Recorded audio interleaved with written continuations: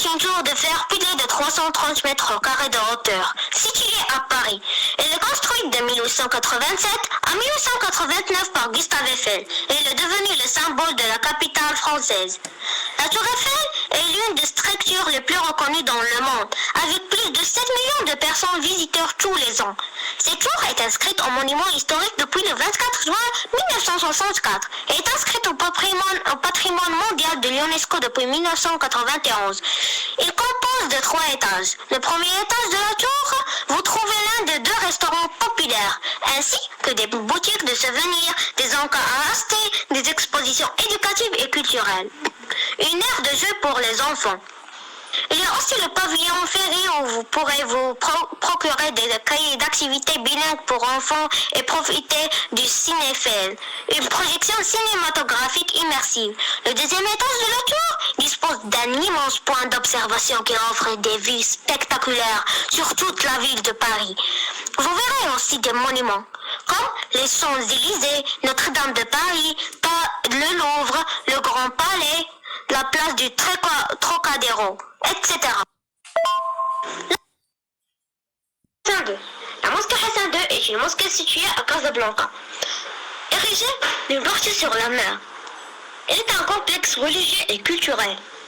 Il comporte une salle de prière, d'ablation, des bancs, une école coranique, une bibliothèque et un musée. La mosquée Hassan II est l'une des plus grandes mosquées du monde.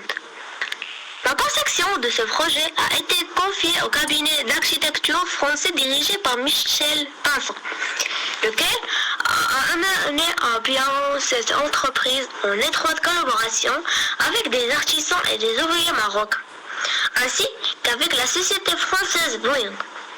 Cet effort en été entreprise sous les directives et les orientations de Sa Majesté le roi Hassan II. La maîtrise d'ouvrage a été assurée par l'extrémitaire de l'intérieur d'Idriss Basri pour l'édification de bâtiments contenant la salle de la prière. La salle de la prière peut accueillir 25 000 de personnes. Sa superficie est de 2 hectares. Elle compose de 2 niveaux. Le reste de chaussée divisé en 3 neufs systèmes.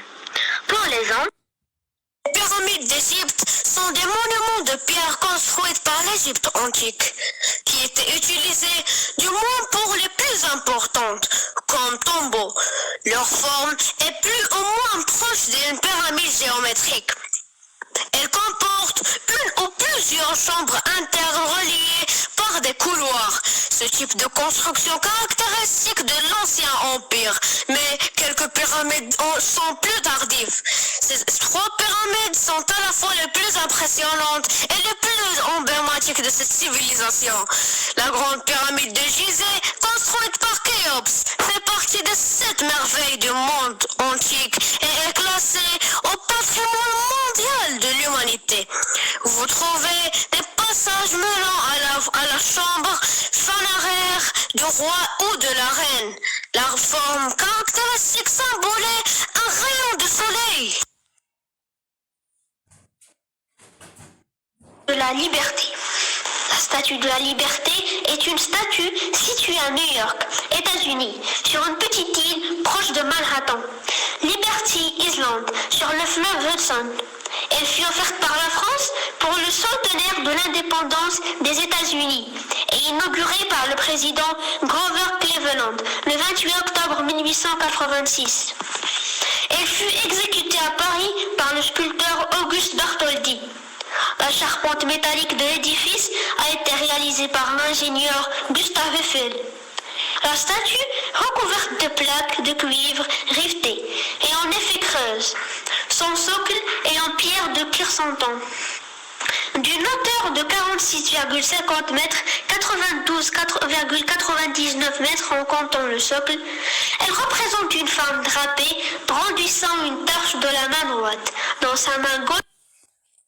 Est un enjeu de premier ordre pour les sociétés modernes. En effet, ces édifices sont les témoins tangibles de notre passé, porteurs d'une valeur culturelle, historique et parfois symbolique inestimable. La préservation de ce patrimoine constitue un défi complexe qui nécessite la mise en œuvre de stratégies variées et coordonnées. Il nous rappelle notre passé et nous inspire pour l'avenir.